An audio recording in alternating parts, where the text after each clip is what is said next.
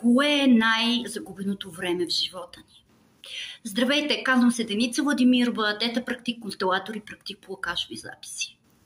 Работейки с моите клиенти, стигнах до този извод, че най-много загубено време е, когато съжаляваме за миналото. Съжаляваме за нещата, които сме можели да направим или не сме можели да направим. Това време, скъпи приятели, е пропиляно завинаги. Не стойте и да мечтаете и да съжалявате за миналото. Не, то няма да се върне.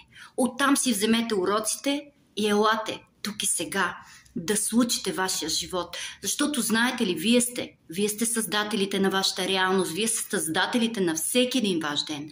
И съжалението е това, което затваря вашата трета чакра, и съжалението е това, което убива буквално щастието и радостта ви от днешния ден. Освободете се от съжалението и не губете излишно време в това да съжалявате. Какво е можело да стане?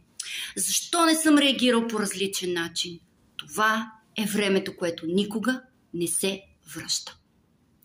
Прекрасен ден, и ако имате нужда да пуснете миналото и да заживеете тук и сега, а не знаете как да се справите сами, потърсете ме.